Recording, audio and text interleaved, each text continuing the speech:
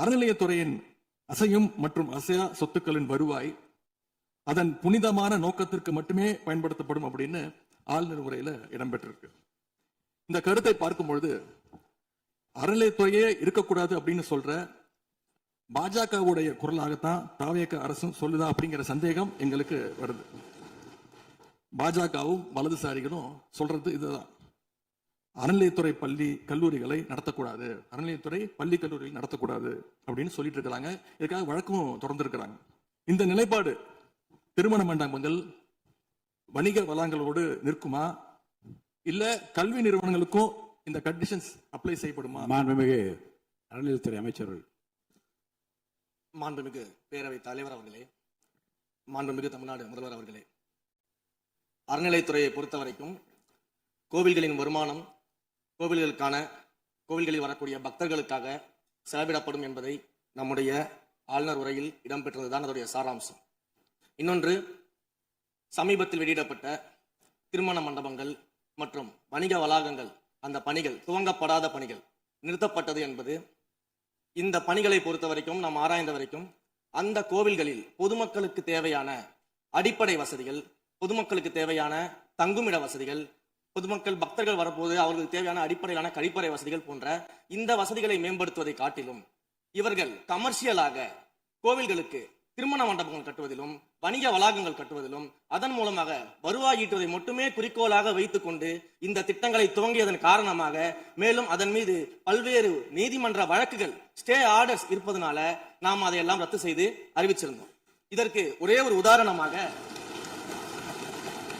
எந்த அளவிற்கு கோவில்களை கமர்ஷியலாக மாற்றுவதற்கு கடந்த ஆட்சி காலத்தில் முயற்சி செய்து கொண்டிருந்தார் என்பதற்காக ஒரே ஒரு சிறிய உதாரணத்தை மட்டும் சொல்லிடுறேன். அருள்மிகு குன்னூரில் இருக்கக்கூடிய அருள்மிகு விநாயகர் திருக்கோயில், ஏறத்தாழ அந்த கோயில்கள் இருந்து கோயில் நிதியை பயன்படுத்தி 10 கோடி ரூபாய் மதிப்பில ஒரு மல்டி லெவல் கார் பார்க்கிங் வசதியை அந்த கோயிலுக்கு ஏற்படுவதற்கான திட்டத்தை இந்த அரசு அனுமதித்திருக்கிறது. இதற்கு முன்னால் இருந்தக்கூடிய அமைச்சர் அவர்கள் அதை அறிவித்திருக்கிறாங்க. அந்த கோயில்ல ஒட்டுமொத்தமாக மாதத்திற்கு வரக்கூடிய பக்தர்களின் எண்ணிக்கையே 500 தான் ஆவரேஜா. அதே போல அந்த கோவில்களுக்கு அடிப்படையில கழிப்பறை வசதி கூட கிடையாது. இது மட்டும் இல்ல, குன்னூர் மற்றும் உதகையை சுற்றி இருக்கக்கூடிய அனைத்து பகுதிகளிலும் இருக்கக்கூடிய 50 கோவில்கள்ல பேசிக்கா இருக்கக்கூடிய டாய்லெட் ஃபெசிலிட்டிஸ் கூட அங்க இருக்கக்கூடிய கோயில்களுக்கு கிடையாது. அப்படிப்பட்ட இடங்கள்ல கோயில் நிதியை பயன்படுத்தி எதற்காக மல்டி லெவல் கார் பார்க்கிங் தேவைப்படுது? அப்ப இது கமர்ஷியல் திட்டங்கள் இல்லையா? கோவில் நிதியை இப்படி கமர்ஷியலாக பயன்படுத்துவதற்கு எதிராக தான் நாம இந்த திட்டங்களை எல்லாமே தடுத்து, இந்த திட்டங்கள் தேவையில்லை, அதற்கு பதிலாக நம்முடைய அரசாணையிலே வெளியிட்டிருக்கிறோம். மிக தெளிவாக கடைசி வரியை படித்து பார்த்தால் எல்லாருக்கும் தெரியும். இந்த கோவில் நிதியை பயன்படுத்தி கோவிலும் பக்தர்களும் பயன்படக்கூடிய வகையில மாற்று திட்டங்களை உருவாக்கும்ன்ற வரியை நம்ம மென்ஷன் பண்ணியிருந்தோம். எந்த இடத்திலையுமே மக்கள் பயன்படக்கூடிய கல்வி நிலையங்களையோ இல்ல இது போன்ற மருத்துவ வசதிகளையோ நாம செய்து தரமாட்டோம்னு சொல்லல.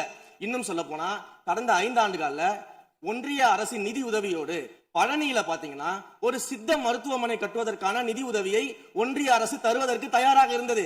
ஆனா கடந்த ஆட்சியில அந்த திட்டத்தை அப்படியே கடப்புல போட்டுட்டு, கேட்டா ரெக்கரிங் செலவை எங்களால ஏத்துக்க முடியாது அப்படின்னு சொல்லி கடப்புல போட்டு வச்சிருந்த இந்த திட்டத்தை நாம இன்றைக்கு கையில் எடுத்து அதை துவங்குவதற்கான ஆய்வில் இறங்கியிருக்கிறோம்.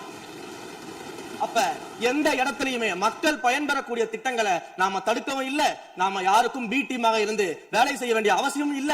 கோயில்களின் நிதியை ஒரு காலமும் கமர்ஷியலாக பயன்படுத்த வேண்டிய அவசியமும் மாண்புமிகு தமிழ்நாடு முதலமைச்சர் தலைமையிலான தமிழக வெற்றி கழகத்தின் ஆட்சிக்கு தேவையும் இல்லை. மாண்புமிகு உறுப்பினர் சேகர் பாபு. மாண்புமிகு பேரவைத் தலைவர் அவர்களே, இந்து சமய அறநிலைத்துறை கொடைகள் என்ற ஒரு சட்டம் இருக்கின்றது. அந்த சட்டத்தில் விதி 69 என்ற குறிப்பிடப்பட்டிருக்கின்ற அந்த பணிகள் சட்ட விதிகளுக்கு உட்பட்டு சட்டத்தின் 36 பிரிவிலிருந்து தான் இந்த பணிகள் மேற்கொள்ளப்பட்டன. குறிப்பாக ஏதோ அமைச்சரே முடிவு செய்து திருமண மண்டபங்களையும் வணிக வளாகங்களையும் ஏற்படுத்துவதற்கு உத்தரவிட்டதாக மாண்புமிகு அமைச்சர் அவர்கள் அவைக்கு உண்மைக்கு புறம்பான தகவலை தந்து கொண்டிருக்கின்றார். ஒவ்வொரு திட்டங்களும் அன்றைய காலகட்டத்தில் இருந்த சட்டப்பேரவை உறுப்பினர்களுடைய பரிந்துரையின் அடிப்படையில், சட்டப்பேரவை உறுப்பினர்கள் கேட்டுக்கொண்டதற்கு அடிப்படையில் தான் அனைத்து திட்டங்களும் அந்த காலகட்டங்களில் கொண்டு வரப்பட்டது. அதோடு மட்டுமல்ல, உறுப்பினர் அவர்கள் குறிப்பிட்டு கூறினார், குன்னூரிலே மல்டி லெவல் கார் பார்க்கிங் கொண்டு வரப்பட்டது என்று. அங்கே இருக்கின்ற 56 கோயில்களையும் நான் குன்னூரிலே 5 நாட்கள் ஊட்டியிலே முகாமிட்டு அனைத்து கோயில்களுக்கும் நேரடியாக சென்று ஆய்வு செய்தோம். அந்த ஆய்வின் அடிப்படையில் அந்த திருக்கோயில்களுக்கு வருகின்ற பக்தர்களுடைய அடிப்படை தேவைகளுக்கு வருமானத்தை உயர்த்துவதற்காக குன்னூருக்கு சுற்றுலாவிற்கு வருகின்ற மக்களுடைய வாகனங்கள் போதிய அளவிற்கு பார்க்கிங்களுக்கு இடமில்லாமல் தவிக்கின்ற சூழ்நிலையில் அங்கே மல்டி லெவல் பார்க்கிங் கொண்டு வந்தால் நகராட்சி பரிந்துரையின் அடிப்படையில் வருமானம் பெருகும். அந்த வருமானம் திருக்கோயில்களுடைய மேம்படுத்துகின்ற பணிகளுக்கு உதவும் என்பதற்காகத்தான் அந்த பணிகளை மேற்கொண்டோம் என்பதை மாண்புமிகு அமைச்சர் அவர்களுக்கு இப்போது யார் அறிவுறுத்தி இந்த அரசாணையை வெளியிட்டிருக்கின்றாரோ அவர்தான் அப்பொழுது ஆணையாளராக இருந்தபோது இதே அறிவுறுத்தின் பெயரில் அரசாணையை வெளியிட்டிருக்கிறார் என்பதை பேரவைத் தலைவர் வாயிலாக அமைச்சருக்கு தெரிவித்துக் கொள்கிறேன். மேலும் அவர் கூறுவதற்கு எனக்கு பாயிண்ட் ஆஃப் ஆர்டரில் பதில் கூறுவதற்கு அனுமதிக்க வேண்டும். மாண்புமிகு பேரவைத் தலைவர் அவர்களே, குன்னூரில் இருக்கக்கூடிய அந்த விநாயகர் கோயிலுக்கு சொந்தமான இடத்துல மல்டி லெவல் கார் பார்க்கிங் அமைப்பதற்கு ஏற்கனவே அங்க இருக்கக்கூடிய நகராட்சி நிர்வாகம் ப்ரப்போசல் வழங்கிய போது அந்த நகராட்சி நிர்வாகத்திடம் நம்முடைய நிலத்தை குத்தகைக்கு கொடுத்து அதன் மூலமாக இருக்கக்கூடிய வருவாயை வைத்துக் கொண்டு நாம் முடிந்த வரையில் நம்முடைய கோயில்களுக்கு தேவையான அடிப்படை வசதிகளை நாம் செய்து கொடுக்கலாம். ஆனால் கோயில் நிதியவே 10 கோடி எடுத்து அங்க மல்டி லெவல் கார் பார்க்கிங் வந்து எந்த விதமான பொதுமக்களும் பக்தர்களும் கேட்கல. பக்தர்களும் பொதுமக்களும் கேட்பதெல்லாம் கோயிலுக்குள்ளே சென்று மனநிறைவோடு தரிசனம் செய்துவிட்டு வெளியே வரும்பொழுது அவர்களுக்கு தேவையான அடிப்படை வசதிகளை தான் பக்தர்கள் கேட்டுக் கொண்டிருக்கிறார்கள். அதை செய்தாலே போதுமானது. மாநில எதிர்கட்சி தலைவர் பேசுகிறீங்க. போதுங்க.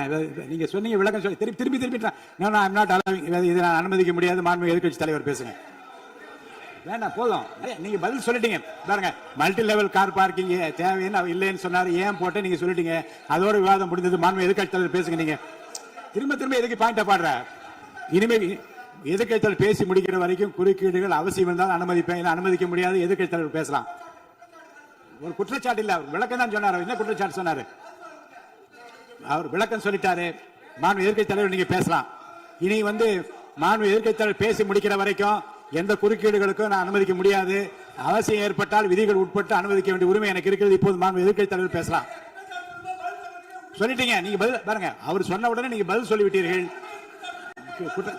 குற்றச்சாட்டு இல்ல, விளக்கம் சொன்னார் அவரு. 10 கோடி ரூபாய்க்கு இந்த இடத்துல 10 கோடி ரூபாய்க்கு கோயில் படத்தை எடுத்து ஏன் பயன்படுத்தினீங்க? அது வேற எதுக்கு பக்தர்களுக்கு பயன்படு விளக்கம் சொன்னார். அவ்வளவுதான். குற்றச்சாட்டு எப்படி வராது? உங்க மேல குற்றச்சாட்டு வைக்கலையே, தவறா பயன்படுத்துறீங்க. அதுல தவறு நடந்து அவர் சொல்லலையே. அதை குற்றச்சாட்டாக எடுத்துக்கொள்ள முடியாது, விளக்கமாகத்தான் எடுத்துக்கொள்ள முடியும். மாண்புமிகு எதிர்க்கட்சி தலைவர் அவர்கள் பேசலாம்.